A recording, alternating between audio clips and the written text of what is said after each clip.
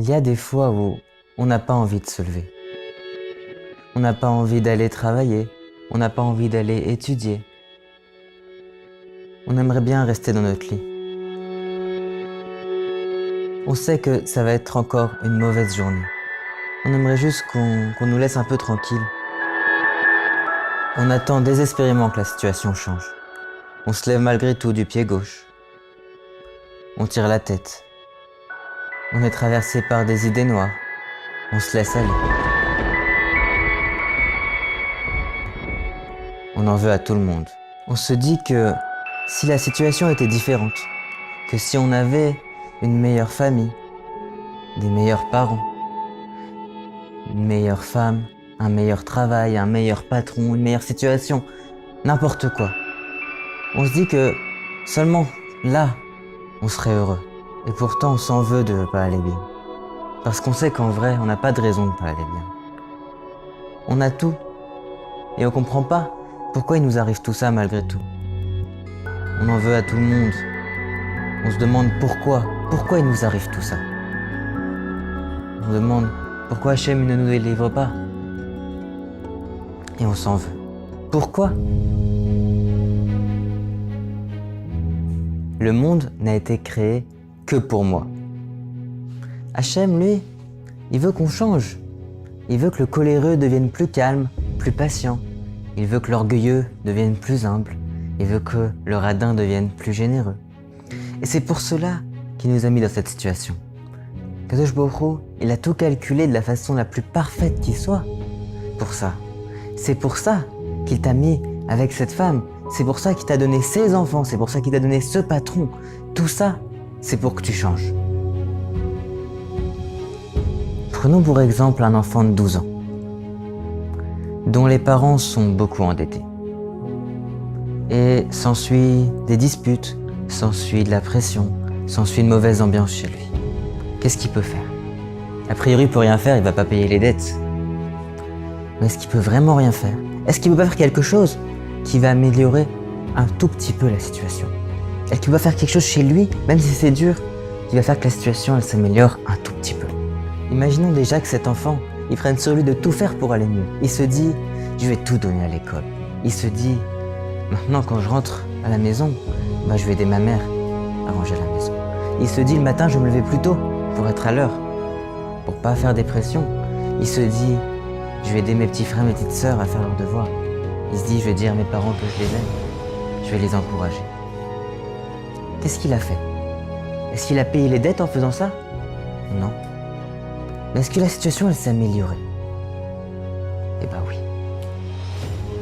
Il n'a pas payé les dettes, mais la situation, elle s'est quand même améliorée. Pourquoi ?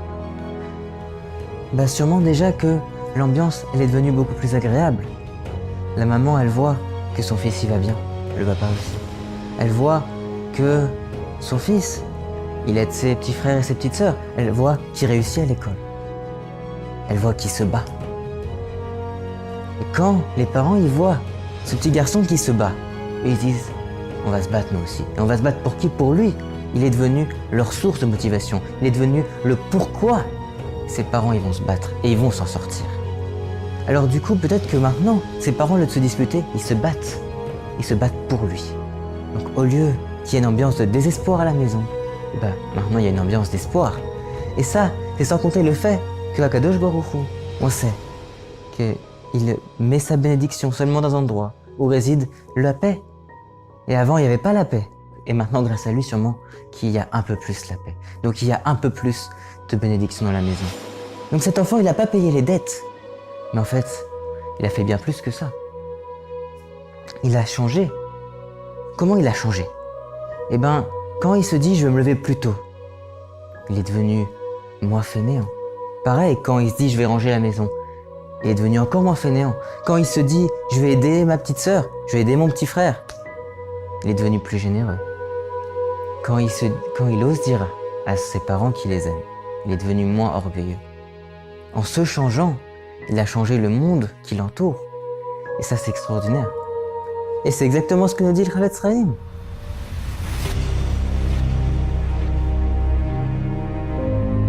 Le Chavetz Chaim dit « J'ai essayé de changer mon pays, je n'ai pas réussi.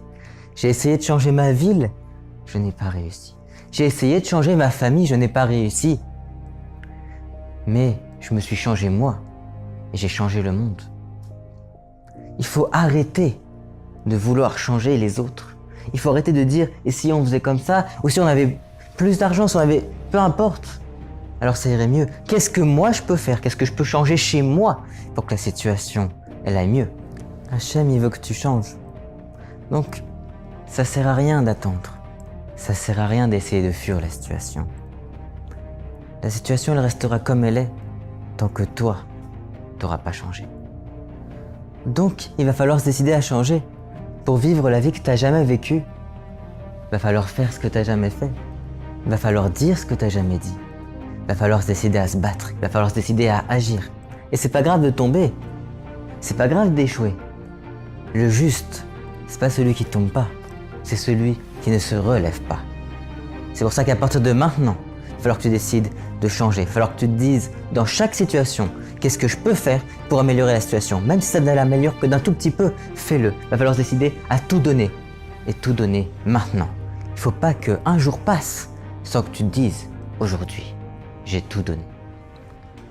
Et lorsque tu n'en peux plus, lorsque tu n'as plus de motivation, alors pense pour qui tu te bats. Comme on a vu avec le petit garçon, tu ne te bats pas pour toi, tu te bats pour les gens que tu aimes. Parce que quand tu vas bien, alors tu influences les autres pour qu'ils aillent bien eux aussi. Et Chas v'Shalom le contraire aussi. Quand toi tu vas mal, alors les autres, ils vont mal aussi. Et c'est extraordinaire parce que quand on se bat pour quelqu'un, on a des forces qu'on n'aurait pas eues pour nous-mêmes. On entend des histoires comme quoi des femmes, elles auraient soulevé des voitures pour sauver leur enfant. Mais si c'était pour elles-mêmes, elles ne l'auraient pas soulevé. C'est parce qu'elles aiment leur enfant qu'elles ont les forces de soulever cette voiture. Quand on se bat pour les autres, ben on a des forces extraordinaires. On a des forces qu'on n'aurait pas eues en temps normal. Donc il ne faut jamais oublier pour qui tu te bats. Et c'est tellement contradictoire parce que quand je fais ça, ben je suis le premier à en profiter parce que je suis le premier à aller bien. Donc vraiment n'oublie pas pour qui tu te bats. Pense à eux et tu auras la force de faire ce que tu dois faire. Là aussi, pour tous tes pères et mères qui sont défunts depuis des générations. Parce que là-haut, la seule chose qui peut déranger leur bonheur, c'est de voir leurs enfants et leurs petits-enfants qui se font manger par les Tsarara, qui sont tristes. Ils ont tout là-haut. Ils sont avec Akadosh Baruch Hu. C'est quelque chose d'inimaginable. Mais malgré tout, quand ils nous voient comme ça, bah ils prient pour nous.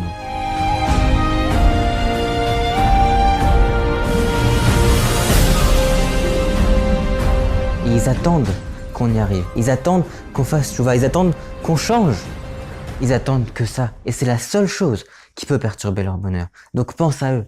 Quand t'as plus les forces, quand t'as plus envie, alors pense pour qui tu te bats. Tu te bats aussi pour tous tes ancêtres qui sont là-haut et qui prient pour toi. Ils attendent que ta victoire. Donc vraiment, quand t'as plus les forces, eh ben pense à eux. Enfin, tu te bats aussi pour Akadosh Baruch Hu. Parce que quand tu arrives à affronter ton mauvais penchant, quand tu arrives à affronter cette paresse, quand tu arrives à affronter cet orgueil, Akadosh Baruch Hu, il est fier de nous. Il proclame là-haut, devant tous les anges, regardez mon fils. Alors décide-toi à devenir cette étoile qu'a vu Avram Avinu et qui éclaire tout le monde. Décide-toi à devenir une source de motivation pour les autres. Décide-toi à être celui qui sourit quand tout va mal. Décide-toi à être celui qui rassure rien que par sa présence. Décide-toi à être le pilier inébranlable. Les gens souvent sont tristes parce qu'ils n'ont personne sur qui s'appuyer. Alors décide d'être cet appui pour tes proches. Et lorsque chacun deviendra cette étoile qu'Avram Avinu a vue, alors on sera à l'image, nous, Am Israël, d'un soleil qui illuminera les nations, qui leur indiquera la bonne voie à suivre. Bezrat Hashem, qu'on devienne chacun une étoile et qu'ensemble on forme tous un soleil qui illumine les nations et qui proclame la gloire d'Akadosh Baruch Hu à travers le monde. Merci vraiment beaucoup d'avoir regardé cette première vidéo. Si cette vidéo vous a plu, cette vidéo vous a inspiré, n'hésitez pas à me le dire, ça me fera vraiment trop plaisir. Si vous pensez que je peux m'améliorer dans quoi que ce soit, n'hésitez pas à me le dire aussi. Vraiment, je suis vraiment ouvert aux critiques. Si vous pensez que cette vidéo pourra inspirer d'autres gens, n'hésitez pas à leur partager. Tout ça, ça me fera vraiment trop plaisir. Moi, je vous dis vraiment à très bientôt pour une prochaine vidéo Bezrat Hashem qui traitera sur le sujet de la gratitude. C'est un sujet vraiment qui me tient beaucoup à cœur. C'est un sujet qui est extrêmement important, surtout ce qui concerne la motivation. Et sur ce, n'oubliez pas que ce n'est qu'ensemble. Cette fois, je vais y arriver. Sur ce, n'oubliez pas que ce n'est qu'ensemble qu'on réussira. Alors, surpassons nos limites et devenons la meilleure version de nous-mêmes.